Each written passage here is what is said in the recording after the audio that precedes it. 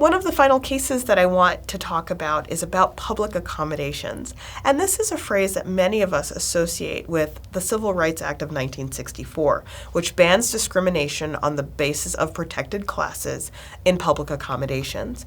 And we often think about those iconic photographs of young people participating in the sit-in movement, people participating in pray-ins in front of churches, kneel-ins at libraries, and different types of civil disobedience to raise awareness and consciousness about what it means for entire populations to be completely excluded from the marketplace and from public spaces that comprise everyday life.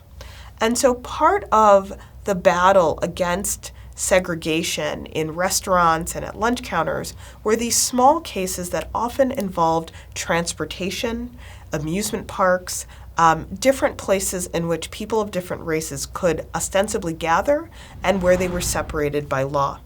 So in 1944, Irene Morgan boarded a Greyhound bus headed to Baltimore.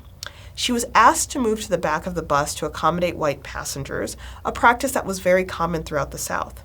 She refused, and a sheriff was called and attempted to present her with an arrest warrant. Morgan, in an act of defiance, ripped up the warrant and eventually hit the sheriff when he hit her. She was arrested and fined $100. And this is not uncommon. Throughout the history of bus desegregation, going up to the iconic moment of the Montgomery bus boycott, African American women particularly were resistant against the authorities when they tried to integrate buses. In fact, many of my students are surprised to learn that in the example of the Montgomery bus boycott, police officers often shared power with bus drivers. Bus drivers could detain people on buses, that they could use violence against passengers for not complying with segregation laws. And so it wasn't just a question of where one sat. It was a question of if you felt safe on public transportation on account of your race.